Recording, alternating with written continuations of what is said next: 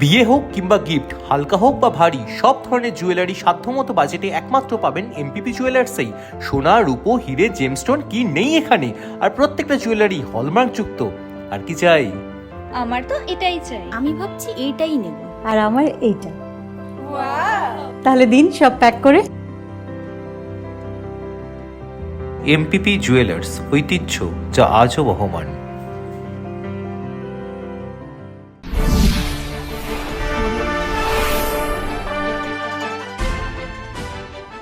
আসন্ন রথযাত্রা উৎসবকে সামনে রেখে নিরাপত্তা ও আইন শৃঙ্খলা নিশ্চিত করতে গুরুত্বপূর্ণ সমন্বয় বৈঠকের আয়োজন করল আসানসোল দুর্গাপুর পুলিশ কমিশনারেট।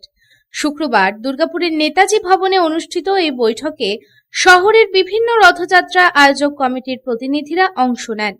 এদিন এই বৈঠকে উপস্থিত ছিলেন দুর্গাপুরের সহকারী পুলিশ কমিশনার এসিপি সুবীর রায়, দুর্গাপুর থানার ওসি, বিভিন্ন ফাঁড়ির আইসি, ট্রাফিক বিভাগের আধিকারিক সহ কমিশনারেটের একাধিক পুলিশ আধিকারিক। এই বৈঠকে রথযাত্রা চলাকালীন নিরাপত্তা ব্যবস্থা জোরদার করা, জনসমাগম নিয়ন্ত্রণ, ট্রাফিক ব্যবস্থাপনা, জরুরি পরিস্থিতি মোকাবেলা এবং আইন শৃঙ্খলা বজায় রাখ আয়োজকদের করণীয় নিয়ে বিস্তারিত আলোচনা করা হয়। পাশাপাশি উৎসব চলাকালীন বিভিন্ন এলাকায় নজরদারি আরো বাড়ানোর উপর বিশেষ গুরুত্ব দেন পুলিশ আধিকারিকরা। এদিন এই বৈঠকে ইস্কন মন্দিরের পক্ষ থেকে উপস্থিত ছিলেন ঔদর্য চন্দ্র দাস।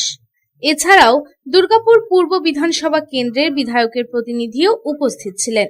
তারা প্রশাসনের সঙ্গে সমন্বয় রেখে শান্তিপূর্ণ, সুশৃঙ্খল ও নির্বিঘ্নভাবে রথযাত্রা উৎসব সম্পন্ন করার আশ্বাস দেন।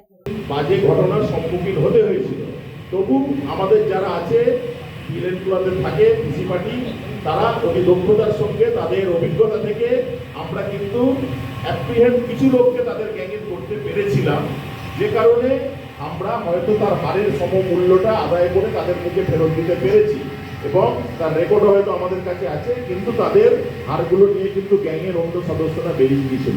হয় আমরা এই বছরও রথের অনেক আগে আমরা এখানে রথ নিয়ে একটা উন্মাদনা আছে। এখানে যেহেতু ইস্কন মন্দির আছে, তো প্রচুর মানুষের সমাগম হয়, বিভিন্ন জেলা থেকে আসে।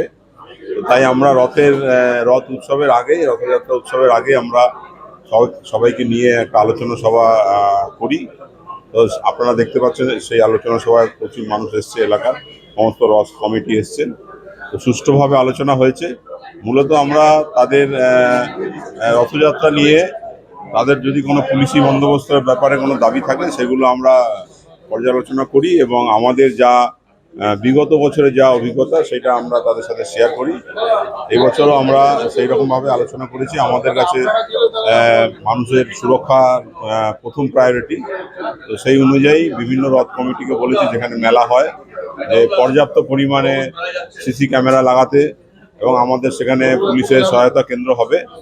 এদিন এই প্রসঙ্গে ঔদর্য চন্দ্র দাস জানান, 16টি কমিটির রথযাত্রাকে আহ্বান করা হয়েছিল এবং গাইডলাইন দেওয়া হলো। 3টি মেলার জন্য পরিষ্কার পরিচ্ছন্ন রাখার কথা এবং সিসিটিভি রাখার কথা বলা হয়েছে, যাতে কোনো অপ্রীতিকর পরিস্থিতি না তৈরি হয়। মাননীয় এসিপি সাহেব এবং অরবিন্দ থানার ওসি এবং অন্যান্য আধিকারিকরা আমাদেরকে আহ্বান করলেন। এখানে 16টা কমিটি রথযাত্রা আমাদের সবাইকে আহ্বান করেছিলেন এবং আমাদেরকে গাইডলাইন দিলেন এবং অন্যান্য বারের মতো আমরা প্রশাসনের তরফ থেকে প্রচুর সহযোগিতা পাচ্ছি। এবছরও পূর্ণ সহযোগিতা পাবো এই আশা রাখছি, কারণ আপনাদের যে গাইডলাইন দিলেন সেই গাইডলাইনে চলতে বললেন। খুব ভালো, ওনারা এটা আত্মীয়তার সম্পর্কের মতো হয়ে গিয়েছে। হ্যাঁ, ওনারা যে মেলাগুলো হয়, বড় মেলা যেমন চিত্তালয় রথের মেলা, ইস্কনের রথের মেলা এবং নতুন শুরু হয়েছে ক্ষুদিরাম মাঠে মেলা, এই 3টে মেলার জন্যই ওনারা এই সব কিছু পরিষ্কার পরিচ্ছন্ন রাখার জন্য বললেন। এবং যেহেতু মেলাতে বাচ্চা এবং মহিলাদের আনাগোনা বেশি, তাই পর্যাপ্ত পরিমাণে সিসি ক্যামেরা রাখার জন্য ওনারা বললেন।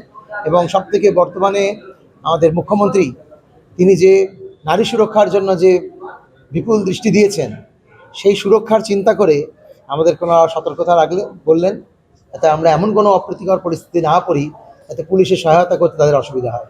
দুর্গাপুর থেকে সাধন রুজের রিপোর্ট, পাবলিক টাইমস।